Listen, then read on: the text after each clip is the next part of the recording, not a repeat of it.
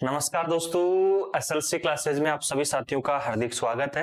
दोस्तों आज की इस क्लास में चर्चा करेंगे एएमआरएस लाइब्रेरियन वैकेंसी की, जो फेज 2.0 में वैकेंसी आपको मिलेगी 2025 में।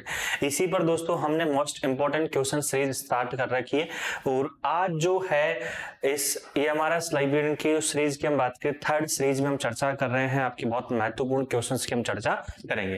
तो अभी तक दोस्तों आपने क्लास को लाइक नहीं किया तो क्लास को लाइक कर दीजिए, शेयर कर दीजिए। जितने भी आपके साथी फ्रेंड्स तैयारी करें उन सभी तक क्लास का इनविटेशन आमंत्रण भी दे दीजिए। देखिए सबसे पहले हम चर्चा करें साथियों, नए पाठ्यक्रम के अनुसार जो है आपके एएमआरएस लाइब्रेरियन को जो कंप्लीट सिलेबस को तैयार करती है वो आपकी जो है क्लास नोट्स हो जाते हैं। एक प्रैक्टिस सेट है, बूस्टर बुक है, 7000 प्लस क्वेश्चंस है। तो 6 बुक का सेट है और 6 बुक का सेट जो है कंप्लीटली आपको 2049 में विथ कोरियर चार्जेस आपको अवेलेबल होता है। एप्लीकेशन से जाकर आप ऑर्डर भी कर सकते हो। ठीक है, मैंने शुरुआत की जो 3 बुक है साथियों, फर्स्ट सेकंड थर्ड, तीनों क्लास नोट्स बुक है, हैंड रिटन क्लास नोट्स है, जो कि आप घर बैठे क्या कर सकते हो, ऑर्डर कर सकते हो। एक बूस्टर बुक हो जाती है, एक प्रैक्टिस सेट है और एक साथियों क्या हो जाती है, पीवाईक्यू बुक। पीवाईक्यू जो secrets of library and information science के नाम से है, यह बुक साथियों आपको कंप्लीटली जो है आपको आज तक जितने भी जो है प्रीवियस पेपर हो चुके हैं उन सभी प्रीवियस पेपर का यहाँ पर संकलन है। लेकिन जो प्रीवियस पेपर का जो संकलन है इस पीवाईक्यू बुक में वो है साथियों यूनिट वाइज। इसमें जो शामिल किया हमने वो क्या क्या है, यूनिट वाइज किया है, जिससे कि आप क्या कर सकते हो, जैसे एक यूनिट आपने तैयार कर लिया तो एक यूनिट के माध्यम से रिवीजन कर सकते हो। बहुत बेहतरीन तरीके से यहाँ पर जो है क्वेश्चंस का संकलन किया गया है। ये हमारा स्लाइब्रेरियन के लिए जो है एकलव्य बैच जो हो जाता है 2999 में आपको जो है अवेलेबल है, जिसमें साथियों बात करें जिसमें लाइब्रेरी साइंस प्लस एनईपी रहेगी। अभी तक आप इसको ज्वाइन नहीं किया तो ज्वाइन कर सकते हो। 2499 साथियों इसमें आपको फीस में आपको ये अवेलेबल हो जाएगा। ठीक है, देखिए आज का पहला क्वेश्चन है और बहुत बेहतरीन क्वेश्चन से हम स्टार्टिंग कर रहे हैं। ठीक है, साथ के साथ में कमेंट बॉक्स में आपके जो भी सवाल है जो भी जवाब है वो भी आप यहाँ पर छोड़कर जाना है। नेक्स्ट क्लास में जो है अगली क्लास में आपके कमेंट्स आपके सवाल जो है मैं जरूर आपके लेकर आऊंगा। तो आज का पहला क्वेश्चन है, आस्क लाइब्रेरी एनीथिंग की संकल्पना प्रथमतः मूल रूप से किसके द्वारा आरंभ की गई है। The concept of ask library anything was first originally started by IFLA, SLA, Aslib, ALA. तो अगर हम चर्चा करें साथियों, आस्क लाइब्रेरी एनीथिंग जो है यह है आपकी कंसेप्ट जो है, ये कंसेप्ट स्टार्ट जो किया जाता है बाय एलए के द्वारा, एएलए के द्वारा साथियों स्टार्ट किया जाता है। आंसर क्या होगा यहाँ पर आपके D option is right answer. ठीक है, मींस आप लाइब्रेरी से कोई भी किसी प्रकार का जाकर पूछ सकते हो। आस्क लाइब्रेरी एनीथिंग का मतलब पुस्तकालय से कुछ भी पूछ सकते हो, मींस पुस्तकालय के दायरे में रहकर आपकी जो पुस्तकालय से जितने भी सूचनाएं हैं वो सूचनाएं कंप्लीटली आपको अवेलेबल करवाएगा। ठीक है, तो देखिए यहाँ पर जो है आपके कुछ पुस्तकालय संघ है, एसएलए, एस्लिब, एएलए। देखिए इफ्ला जो है आपके पब्लिक लाइब्रेरी एसोसिएशन के रूप में काम करता है, जिसे दोस्तों याद रखना पुस्तकालय संघों का संघ, पुस्तकालय संघों का महासंघ भी कहते हैं। किसको कहते हैं, इफ्ला को कहते हैं, जिसकी स्थापना वर्ष 1927 में होती है। एसएलए जो कि स्पेशल लाइब्रेरी एसोसिएशन है, जिसकी फाउंडर जॉन काटनडाना है। एएलए से अलग होकर इसको स्थापित किया जाता है और ये वर्ष 1909 में होता है। ठीक है, एस्लिब जो कि साथियों यूके का स्पेशल लाइब्रेरी एसोसिएशन है। अगर यूके की मैं बात करूं विशिष्ट पुस्तकालय संघों के रूप में चर्चा करता हूं तो वह दोस्तों कौन सा एस्लिब है, वह कौन सा है, एस्लिब है। ALA world first library association के रूप में जाना जाता है, जिसकी स्थापना 1876 में होती है। जिसकी स्थापना कब होती है, 1876 में। वर्ल्ड फर्स्ट लाइब्रेरी एसोसिएशन, तो वर्ल्ड फर्स्ट लाइब्रेरी एसोसिएशन की मैं चर्चा करूं तो वह कौन सा है, एएलए है, जिसकी स्थापना 1876 में होती है। विश्व का सबसे बड़ा पुस्तकालय संघ के रूप में दोस्तों जो जाना जाता है वे एएलए जाना जाता है। विश्व का सबसे पुराना पुस्तकालय संघ है। ठीक है, इसके प्रमुख फाउंडर में जो है सबसे मेन जो भूमिका निभाते हैं मेलविल डेवी, और आप सभी को पता है मेलविल डेवी आपके विश्व स्तर पर पुस्तकालय के जनक, आपके पुस्तकालय वर्गीकरण के जनक, पुस्तकालय आंदोलन के जनक, आपके विश्व स्तर पर वर्ल्ड लेवल पर हम चर्चा करें। नेक्स्ट क्वेश्चन देखिए, बहुत ही शानदार क्वेश्चन है, बहुत ही हम बात करें साथियों, पीवी वर्गीस पुरस्कार भारतीय पुस्तकालय संघ के द्वारा के लिए दिया जाता है। देखिए यहाँ पर इन्होंने ये भी कहा है कि पीवी जो वर्गीस पुरस्कार है, the PV the Varghese award is given by the Indian Library Association for, किसके लिए दिया जाता है? द बेस्ट बुक, सर्वश्रेष्ठ लेख के लिए, best services, best article, the best library, सर्वश्रेष्ठ पुस्तकालय के लिए। तो पहली चीज तो पीवी वर्गीस पुरस्कार किसके लिए दिया जाएगा? ये पुरस्कार जो दिया जाता है ILA के द्वारा, एक और साथ के साथ में क्वेश्चन भी आपको कह रहा है। और ये जो दिया जाता है बेस्ट आर्टिकल के लिए दिया जाता है। किसके लिए दिया जाता है? बेस्ट आर्टिकल जो है, जो सर्वश्रेष्ठ लेख लिखता है, ठीक है, जो सर्वश्रेष्ठ लेख लिखता है उस व्यक्ति को जो है पीवी वर्गीस पुरस्कार दिया जाता है। ILA जिसका पूरा नाम है दोस्तों इंडियन लाइब्रेरी एसोसिएशन। तो ILA जो है इंडिया में आपकी लाइब्रेरी एसोसिएशन के रूप में काम करता है, जिसकी स्थापना साथियों 13 सितंबर 1933 को क्या होती है? इसकी स्थापना होती है। 13 सितंबर 1933 को इसकी स्थापना होती है। और इसके भी प्रमुख फाउंडर में एक व्यक्ति का नाम आता है, वो आता है डॉक्टर SR रंगनाथन का नाम आता है। ठीक है, स्थापना के वक्त ILA का जो है हेडक्वार्टर था कलकत्ता में। लेकिन दोस्तों एट प्रेजेंट की हम चर्चा करें, आज के इस समय की हम चर्चा करें, तो एट प्रेजेंट इसका हेडक्वार्टर कहां पर है? ठीक है, एट प्रेजेंट जो हेडक्वार्टर आपको मिलेगा वो कहां मिलेगा? वो मिलेगा साथियों को दिल्ली में आपको मिलेगा। वर्तमान समय में इसका हेडक्वार्टर कहां पर है? दिल्ली में है। और स्थापना के वक्त मुख्यालय कहां पर था? कलकत्ता में आपको मिलता है। वर्तमान समय में जो है यह अपने आप में संघ के रूप में काम करता है। जितने भी आपके लाइब्रेरी एसोसिएशन है उन सभी के लिए अपने आप में काम करता है। समय समय पर साथियों जो है सलाह देना, वित्त पोषित करना, ठीक है, ये इसका काम हो जाता है। ठीक है, और बहुत सारे ये अवार्ड्स भी आपके ILA प्रोवाइड करवाता है। नेक्स्ट क्वेश्चन देखिए, बहुत बेहतरीन क्वेश्चन है, आंसर देना कमेंट्स में स्टार्ट कर दीजिए और साथ ही साथ में क्लास को आपको लाइक करना है। ठीक है, ये हमारा लाइब्रेरियन सीरीज जो है शाम को आपको डेली 9:15 बजे एक डोज के रूप में मिलने वाली है। डेली आपको 9:15 बजे रात को डोज के रूप में मिलने वाली है, जिससे कि आप डेली इसको अटेंड करके आप क्या करके जाना है? आपको सोना है। ठीक है, यू मान के चलो, जिससे आपको कुछ क्वेश्चंस आपको डेली आपको मिलेंगे। ठीक है, ये आपको 9 बजे आपको डेली आपको मिल जाएगी। 9:15 आपके लेट हो जाएगा तो 9 बजे आप इसको अटेंड करोगे, विद इन लगभग आपके टाइम पर कंप्लीट हो जाएगी। और इसमें डेली बेहतरीन क्वेश्चंस आपको अवेलेबल होने वाले हैं। देखिए भारतीय शिक्षा आयोग 1964-1966 का अध्यक्ष कौन था? Who was the chairman of the Indian Education Commission 1964-1966 की हम बात करें। देखिए यहाँ पर ईयर भी आपको दे दिया है, भारतीय शिक्षा आयोग 1964-66। और जब भी 1964-66 की बात आती है तो वो साथियों किसकी बात आती है? DS कोठारी की बात आती है। ठीक है, 1964-66 में किसकी बात आती है? DS कोठारी की बात आती है। उसको क्या कर लीजिए? कोठारी कर लीजिए। आंसर दोस्तों क्या होगा? कोठारी। भारतीय जो शिक्षा आयोग है, इसी भारतीय शिक्षा आयोग को दोस्तों हम जो है मुदालियर आयोग के नाम से भी जानते हैं। इसी को हम किस नाम से जानते हैं? मुदालियर आयोग के नाम से भी जानते हैं। और मुदालियर आयोग दोस्तों जो है यह आपकी 1964 में दोस्तों ये समिति का गठन होता है, कमिटी जिसे हम कह सकते हैं गठन होता है। तो गठन 1964 में, और 1966 में जो है क्या होती है? रिपोर्ट प्रस्तुत यहाँ पर की जाती है। किसकी अध्यक्षता में? अभी हमने चर्चा की दौलत सिंह कोठारी। ठीक है, जिसे मैं कह सकता हूं DS कोठारी जो है, इस DS कोठारी को मैं क्या बोलूंगा? जो DS कोठारी है इसे दोस्तों मैं आपके दौलत सिंह कोठारी कह सकता हूं। इसे क्या कह सकता हूं? दौलत सिंह कोठारी भी कह सकता हूं। तो पहली चीज तो आपको ये ध्यान रखना है। क्लियर है या नहीं? ठीक है, अब इन्होंने जो है कुछ सुझाव दिए हैं। इन्होंने क्या दिए? सुझाव दिए जो कि वेरी इंपॉर्टेंट है।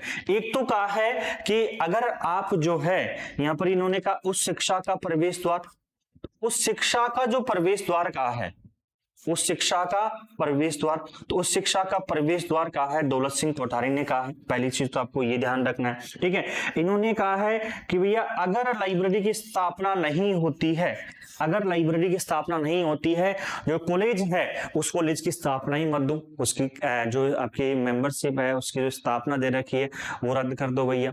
ठीक है, इसके अलावा इन्होंने बजट के लिए भी कहा है। इन्होंने बजट जो है बजट के लिए भी कुछ अनुशंसाएं की है। क्या कहा है कि जो कुल बजट है आपका, जो भी आपका संस्था है उस संस्था का जो कुल बजट है उस पर जो है 6.5% से लेकर 10% तक खर्च किया जाना चाहिए। जो आपकी संस्था का कुल बजट है उस पर 6.5% से 10% तक क्या करो आप खर्च करो। ठीक है, ये कह दिया।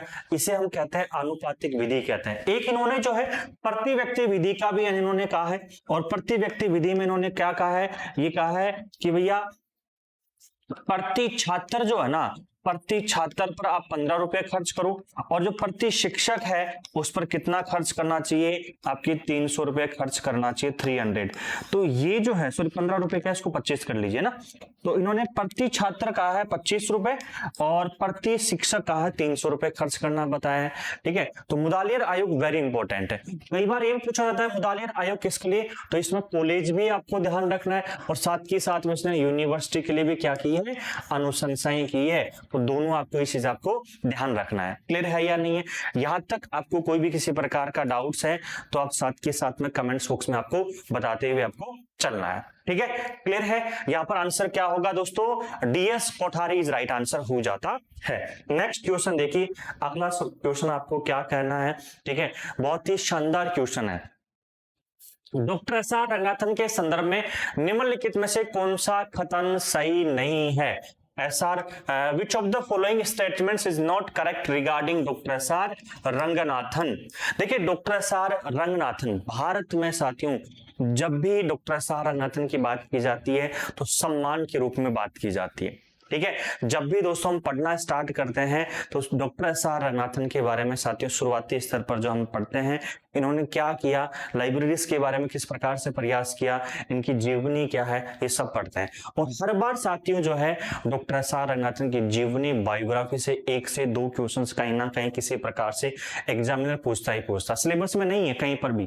ठीक है, लेकिन जब लाइब्रेरी साइंस की तैयारी करें तो 2 विद्वानों डॉक्टर एस.आर. रंगनाथन और दूसरा विद्वान हो जाता मेलविल डेवी, इन 2 विद्वानों की साथियों हम क्या करते हैं, चर्चा करते ही करते हैं। तो डॉक्टर एस.आर.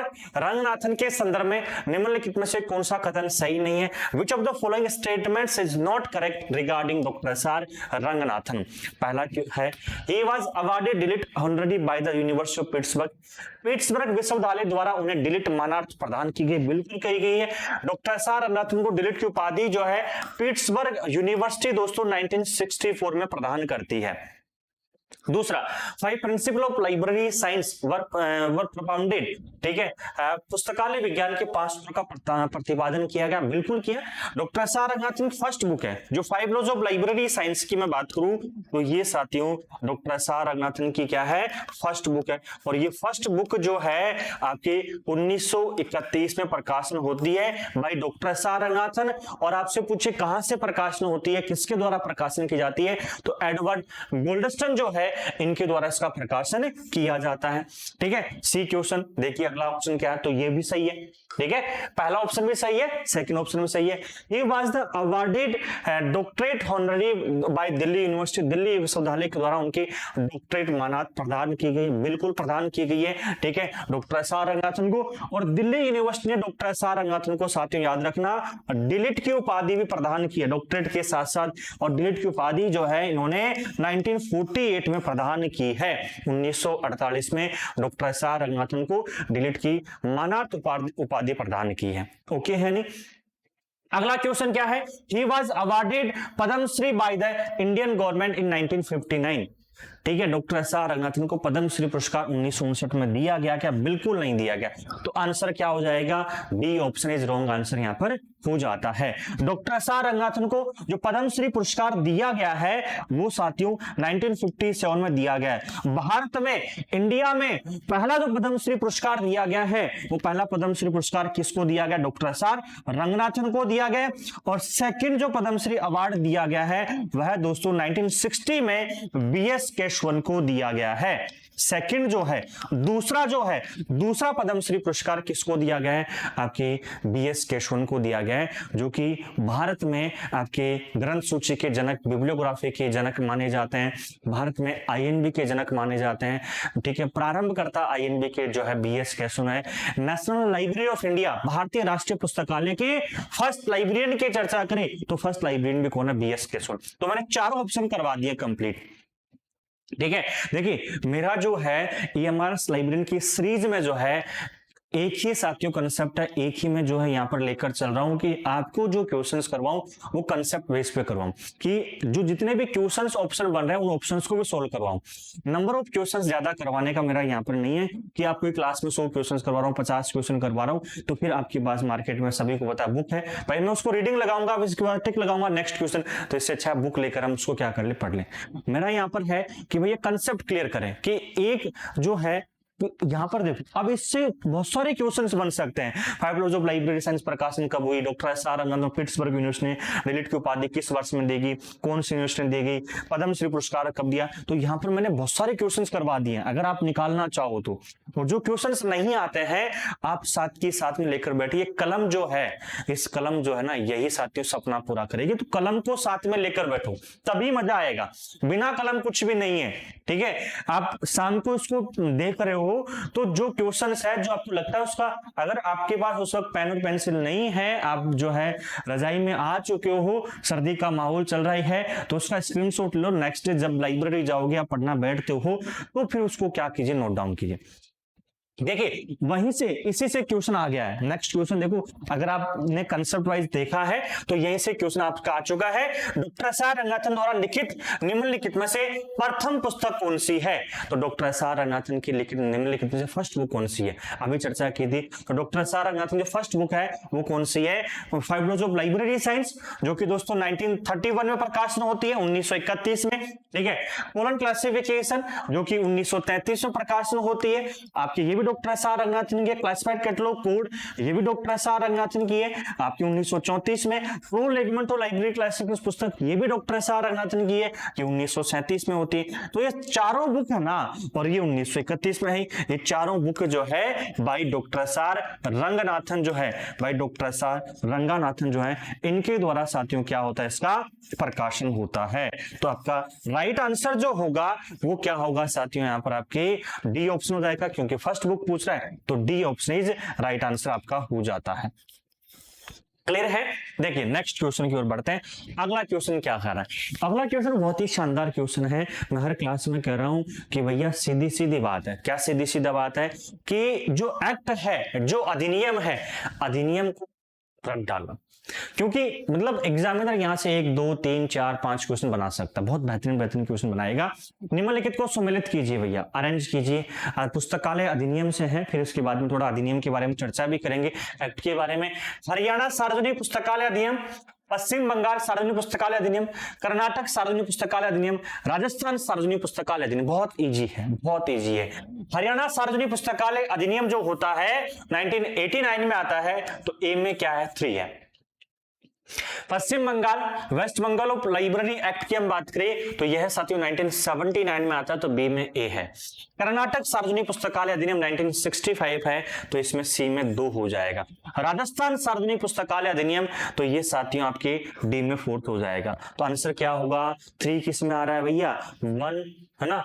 फिर इसके बाद में इसमें जो है आपका पहला जो है हरियाणा सार्वजनिक पुस्तकालय अधिनियम 1989, ठीक है, हम बात करें तो पहला सी आंसर आ रहा है, फिर उसके बाद ए आएगा। इसमें ऑप्शन में आपका थोड़ा सा जो है रॉन्ग आंसर है, तो आप इसको कर लीजिए। यहाँ पर पहला में सी आ जाएगा, ठीक है, दूसरा में साथियों 1 आ जाएगा, फिर तीसरा जो है, तीसरे में आपका 2 आ जाएगा, और चौथे में क्या आ जाएगा, आपकी डी ऑप्शन यहाँ पर आ जाएगा। तो 1 से 2 1 सबका हम कह सकते हैं भाई, ठीक है। तो ये बी इस प्रकार से हम कर सकते हैं, ओके है, हाँ जी।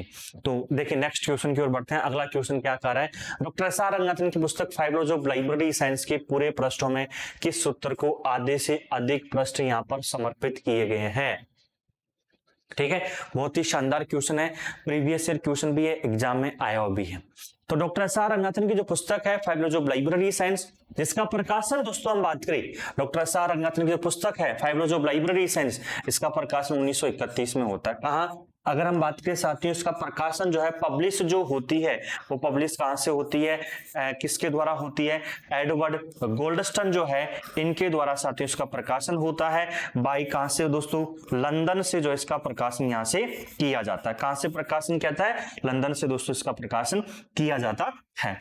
अब यहाँ पर देखो इसमें कितने सूत्र है, कितने लॉज है, 5 लॉज है। ठीक है, तो 5 लॉज की हम बात करें, जो आधे से ज्यादा, सबसे जो अधिक पेज समर्पित किए गए है ना, जो पुस्तक है उससे आधे से ज्यादा पुस्तक जो है उसमें जो पेजों की संख्या है वो किसमें, सेकंड लॉ में है। डॉक्टर एस आर रंगनाथन ने पुस्तक फाइब्रोज ऑफ लाइब्रेरी साइंस के पूरे पृष्ठों में से किस सूत्र को आधे से अधिक पृष्ठ समर्पित किए हैं, वो साथियों सेकंड लॉ को यहाँ पर समर्पित किए हैं। तो आंसर क्या हो जाएगा, A option is right answer.